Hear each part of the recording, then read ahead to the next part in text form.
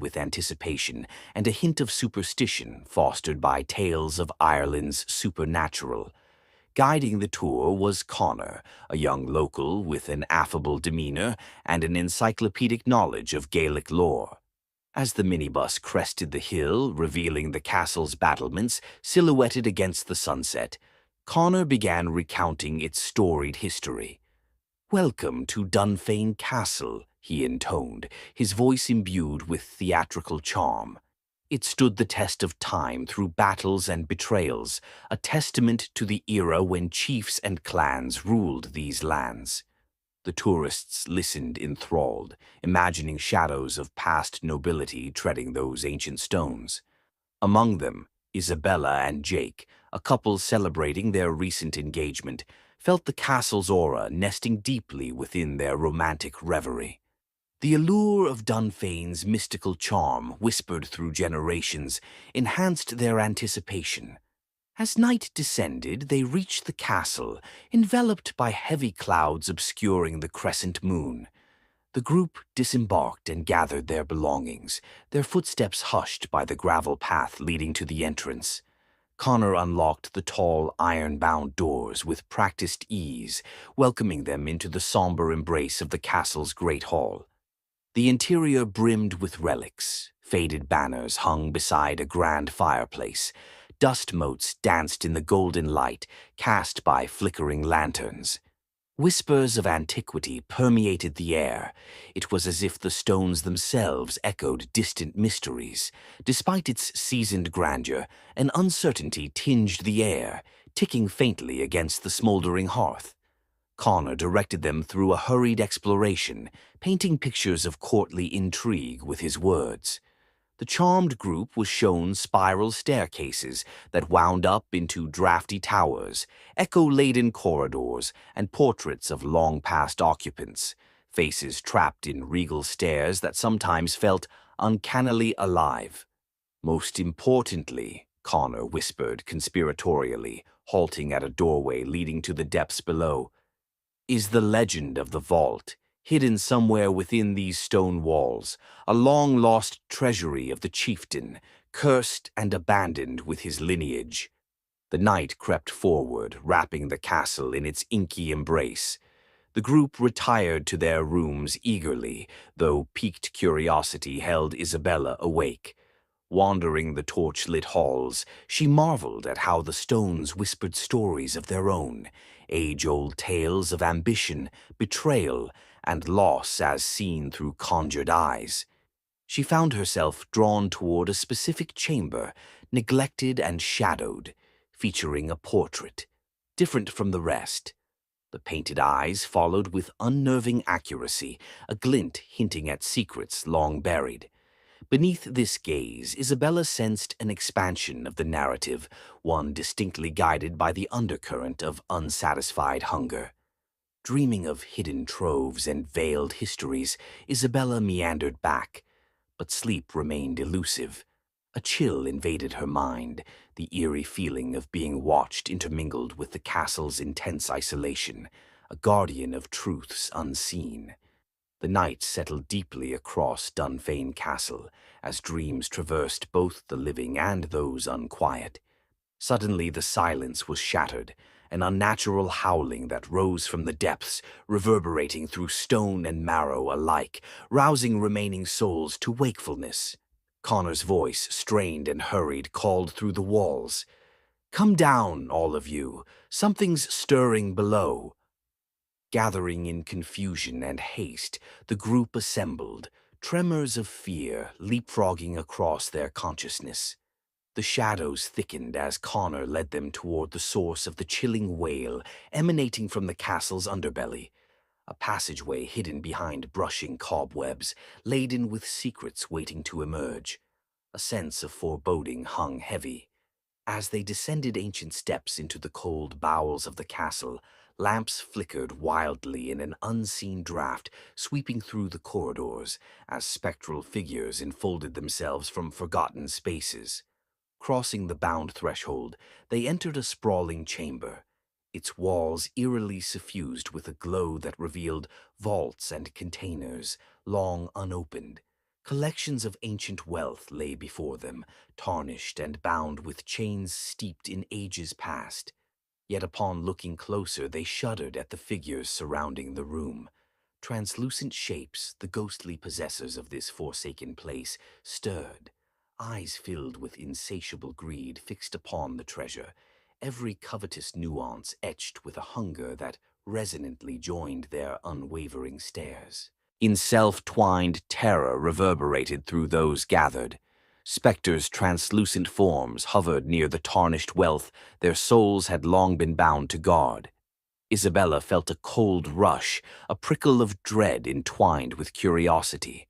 Their ghostly visages, twisted in eternal greed and longing, were alarmingly articulate, each movement a dialogue between the living and the departed, calling silently for reclamation. Every ghostly eye seemed locked on the group, particularly Isabella, as if seeing her not merely as an intruder, but as a potential savior. She caught the eye of the chieftain, a hollow gaze that communicated a depth of lifetimes, lost yet beseeching redemption. Though she trembled under their scrutiny, Isabella felt clarity blossom within her, a realization born of whispers that tides had shifted, and she was the key. The air grew thick with anticipation, a hypnotic symphony pulling at Isabella's consciousness. The tourists clung together, eyes wide, breaths quickened by the spectral drama unfolding. Connor, though pale, held a fervent light in his eyes, daring to believe in folklore truth given flesh. Isabella, heart pounding, stepped forward, courage woven from desperation and resolve. Her voice echoed in the chamber, encompassing more strength than felt. "What do you desire? Why linger bound to this place?" The chieftain's visage flickered as he spoke, voice like rustling leaves, carrying the gravity of ancestral tones. "Greed chained us here, lust for gold consumed our end, leaving us guardians of echoes.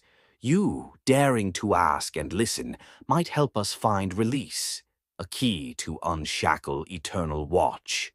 His words sparked understanding, a cursed cycle driven by avarice, needing the selflessness of the living. The treasure pulsed with binding force.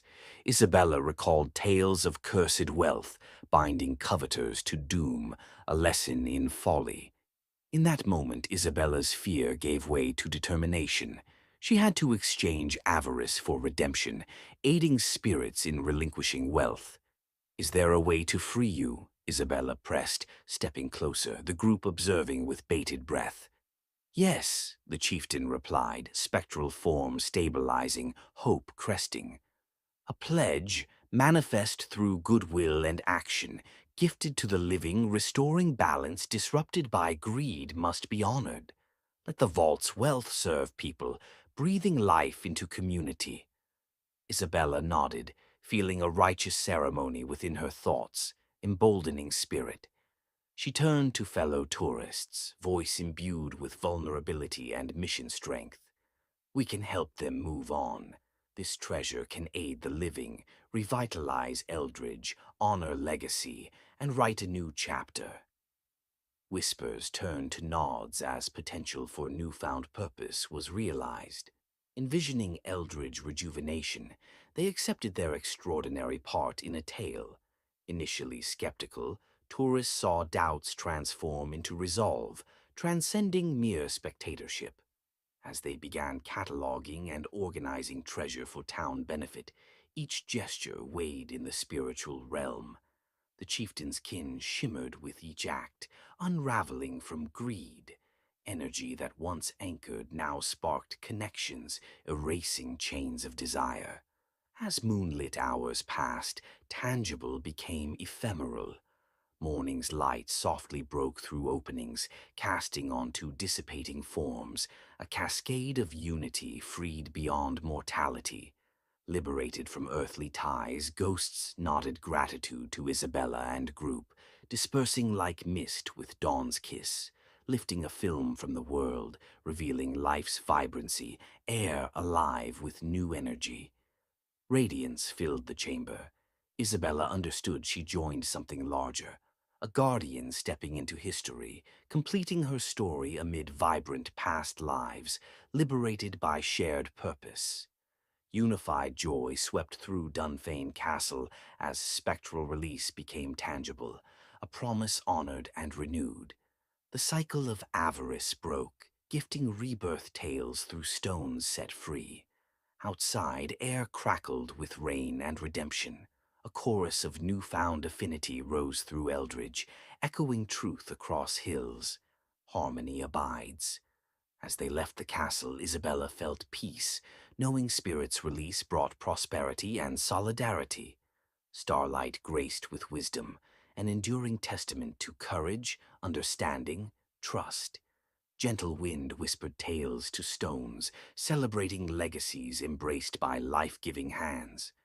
Though past's echoes lingered with redemption's embrace, Isabella knew she and companions secured a sanctuary within legend. Eldridge stood renewed by eternal fidelity, a victorious end to greed. In its wake rose a song, a requiem and renewal, a story for generations, binding people and spirits beyond time. Ethan Blake had always been captivated by the allure of the abandoned, of places where echoes of the past lingered long after humanity had departed. An intrepid traveler from Washington, Ethan made it his life's mission to explore sites steeped in history, where the heavy hands of time and tragedy left their marks. His exploits, captured vividly on social media, had taken him from the eerie ghost towns of the Wild West to the decaying charm of forgotten factories. Yet none captured the essence of what he sought like Chernobyl did. A modern-day Atlantis swallowed not by waves, but by radiation and regrowth. Ever since the meltdown in 1986, Chernobyl had transformed from a site of great loss to one of mysterious allure, drawing curiosity seekers like moths to a flame. Ethan arrived in the ghostly town of Pripyat in winter, the morning crisp, the air biting. A thick layer of snow covered the ground, masking the scars of the past beneath a serene white shroud. Geiger counter in hand, he was prepared for his greatest adventure yet, intent on delving deeper into the exclusion zone than any sanctioned tour could offer. As Ethan ventured through the deserted streets, the iconic Ferris wheel loomed in the distance, its rusting frame a skeletal silhouette against the pale sky. The scene was haunting in its serenity, a snapshot of a life abruptly interrupted. He wandered down Lennon Avenue, past the dilapidated swimming pools, the overgrown soccer fields, all eerily silent under nature's inexorable reclamation. While navigating this frozen tableau, Ethan noticed a narrow passageway veering away from the main route, barely discernible beneath the snow and creeping vines, an invitation from the past. Ignoring a flicker of unease, he followed it deep into the woods, the path becoming less distinct with each step. Around him, the forest whispered, a cacophony of unseen life hidden beneath the blanket of white, until finally it opened into a clearing dominated by an imposing concrete watchtower.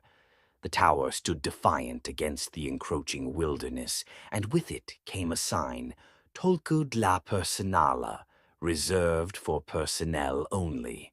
Ethan's heart quickened with excitement, the undeniable allure of forbidden knowledge enticing him forward. He climbed cautiously, each step a journey through time, reaching the tower's observation platform with bated breath. There, through shattered panes of glass, he saw a figure in the woods. At first it seemed a mere shadow among shadows, but then it clarified. A man in an antiquated Soviet military uniform, face obscured by a gas mask. Every instinct screamed at him to be cautious, yet curiosity is a siren song.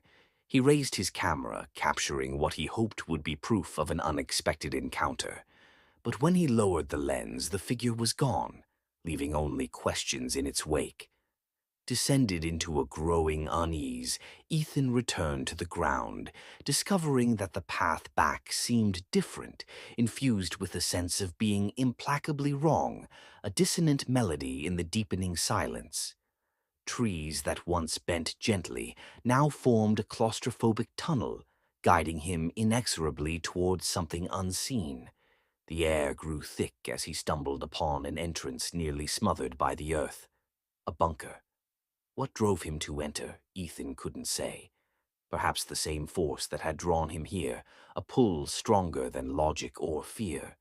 Torchlight cut through the dark, revealing the confines of a command center from another era. Consoles lay dormant beneath layers of dust, screens glazed with age, and the hum of technology whispered of secrets best left undisturbed.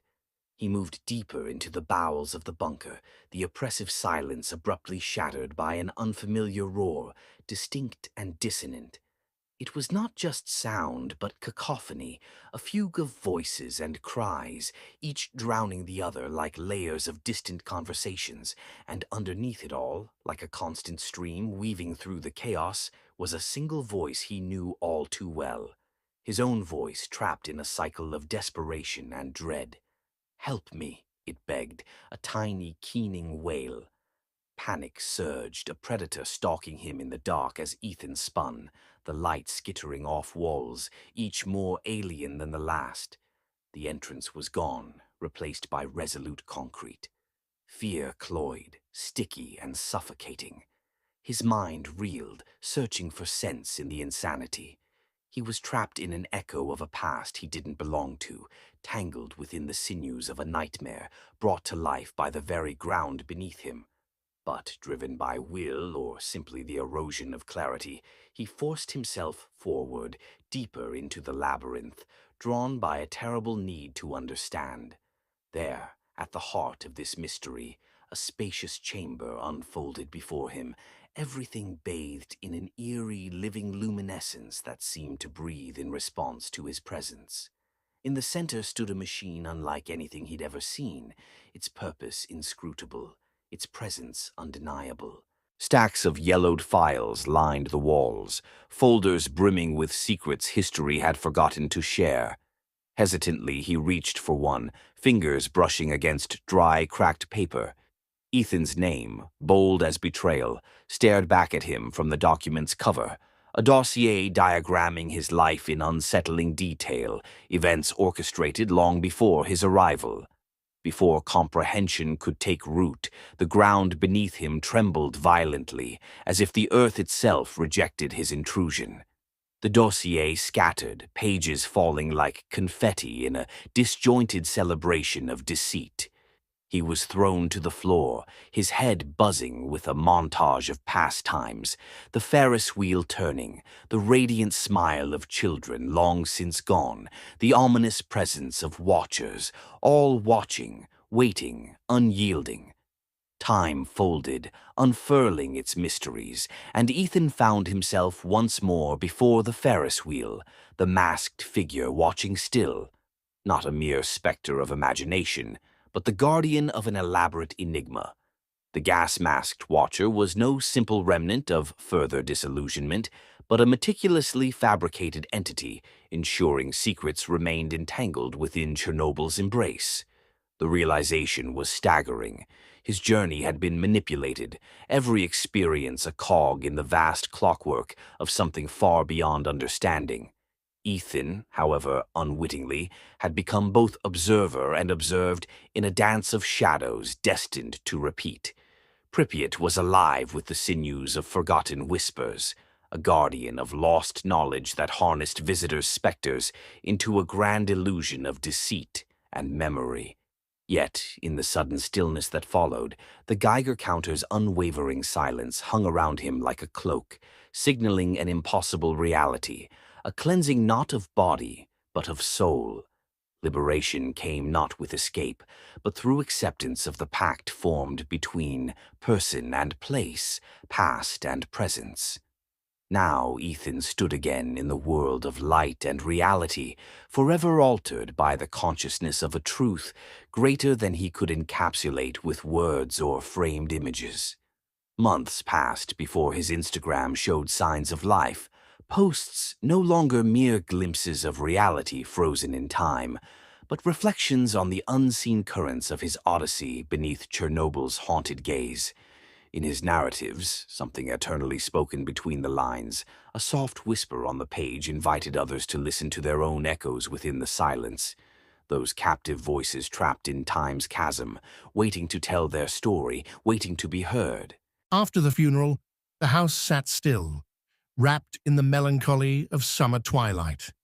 Emily gazed wistfully at her grandmother's old Victorian home, a place once full of life, now reduced to shadows and dust. The air was thick with the scent of lilies and something else she couldn't quite place, perhaps the poignant mix of time, age, and memory.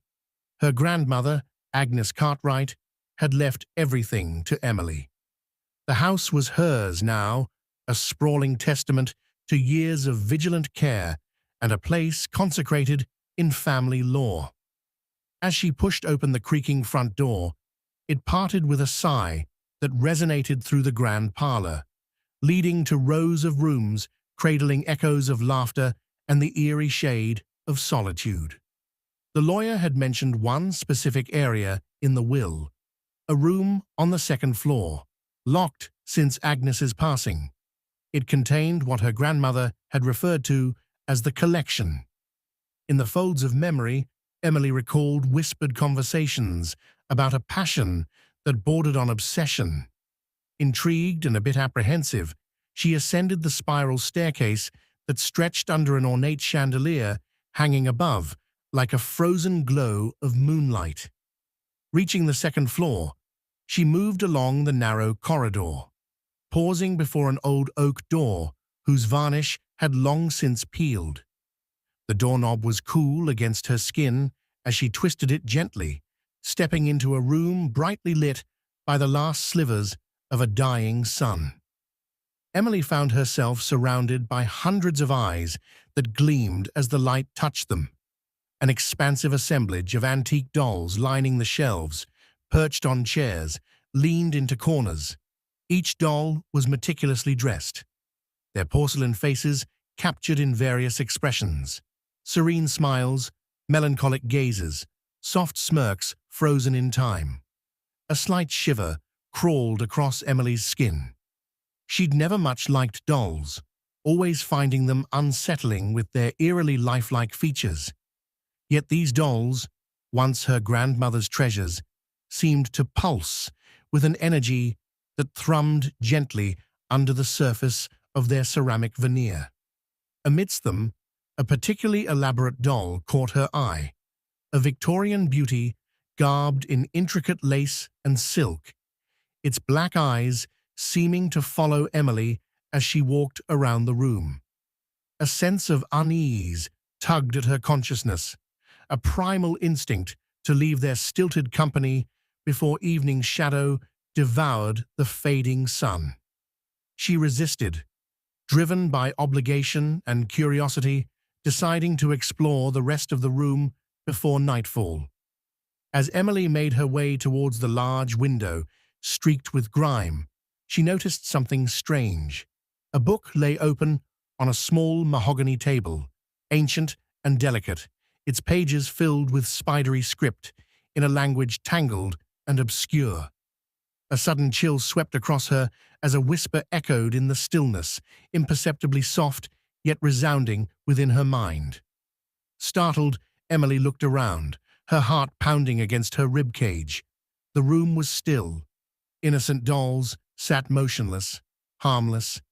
Shaking off the absurdity of unease, she closed the book gently, hoping to stall any reverberation that might linger in the halcyon dusk. She left the room behind, sealing it with a heavy breath, and descended to the relative sanctuary of the living room, deciding that she needed to call her parents to share the strange tension that hovered in this house, now all too silent. The phone rang, static crackling like the slow burn of her nerves before a comforting voice on the other end cut through her loneliness. "I miss her, Dad," Emily confessed, feeling the day's weariness seeping into her bones. "Her presence still feels so real here." He consoled her with gentle words, reminding her of their love and the legacy of her grandmother's passion that now carried into her keep. Emily took comfort in the thought, yet the compelling darkness upstairs seemed to grow heavier by the passing hour. As night cloaked the house in shadow, Emily settled into an armchair once claimed by her grandmother, recalling bedtime stories and the scent of lavender and sage that always lingered in her hair. The wind howled outside, a low lament that ebbed through the eaves, lulling her into restless slumber. In the hush of midnight, Emily awoke, the dim room unfamiliar and confining. She shivered, realizing the subtle silence was absent, replaced by a distinct, unnatural tinkling sound, like porcelain tapping echoing somewhere beyond the foyer. Her throat tightened with an unspoken fear, her senses heightened in the shivering darkness. Compelled by a morbid curiosity and a sense of responsibility to the home entrusted to her, Emily rose, her breath shallow, as she crossed the creaking floor. With each step towards the hallway, the noise grew faintly louder, more organized, an eerie lull spanning between breaths of old walls and floorboards pressing back onto themselves. The stairs beckoned, and in hesitant increments, she ascended once more. Yet just as she reached the landing, the tapping ceased, leaving only the vibrating tension in her body and the haunting memory of her grandmother's voice whispering the enduring refrain. "Keep them safe, Emily. They are a part of us." The disquiet had not subsided by morning, and Emily found herself drifting through the house, tentative yet unable to draw away. Whenever she passed the closed door on the second floor, a quiver of unanswered voices seemed to call softly from within. Coffee did little to sober her senses, and the regular rhythm of the day failed to dispel the chill from her bones. Determined to confront whatever unease lay nested upstairs, Emily steeled herself and once more climbed the stairwell. Sunbeams pierced dust-laden rooms, but the corridor she entered felt separate, a faintly oppressive chill lingering in the air. She hesitated, her hand poised against the oak door that guarded her grandmother's collection. Breathing deeply, she entered. The dolls were still there as silent sentinels, expressions ambiguously serene. Yet on each, Emily sensed an evolution, an ageless awareness that transcended the room's musty staleness. The air held an iridescent quality, as if it shimmered beneath the surface, a waking elegance veiled in shadowed deceit. The elaborate doll she first noticed was prominently placed on a shelf directly opposite her entrance. Something about its eyes remained unsettling, following Emily's every movement in the room with intent scrutiny. As she drew near, the feeling of being intensely watched tugged at her mind and refused to depart. "I'm not imagining this," she whispered, recalling her grandmother's voice, which lingered as a soft reminder to trust her instincts, even as reality appeared blurred by ancestral mystery. The book she'd seen before lay closed on the table, its surface glistening with the haze of forgotten lore. Driven by a sense of urgency and intuition, Emily lifted the cover, pinching the brittle edges of pages used to weave the mystic. Lineages inked in quietude, chanting silent stories of memory and longing. A sudden draft swept the room, and the dolls shifted ever so slightly, like half-forgotten dreams slumbering at the corner of one's eyes. Whispers arose, mingling in a cacophony of murmurs as Emily glanced about, stricken by a dawning comprehension of their soulless unity. She stepped back, the quiet knowledge of intention dawning like fragmented clouds, reflecting celestial bodies. Her perspective shifted. In those moments, their faces moved, not physically but consciously, echoing an uncanny aliveness through the immobility. Understanding danced elusively before her until, trembling with an unfamiliar intensity, her focus rested solely on them and the unyielding power They obediently radiated. Suddenly, Emily felt enveloped by a memory.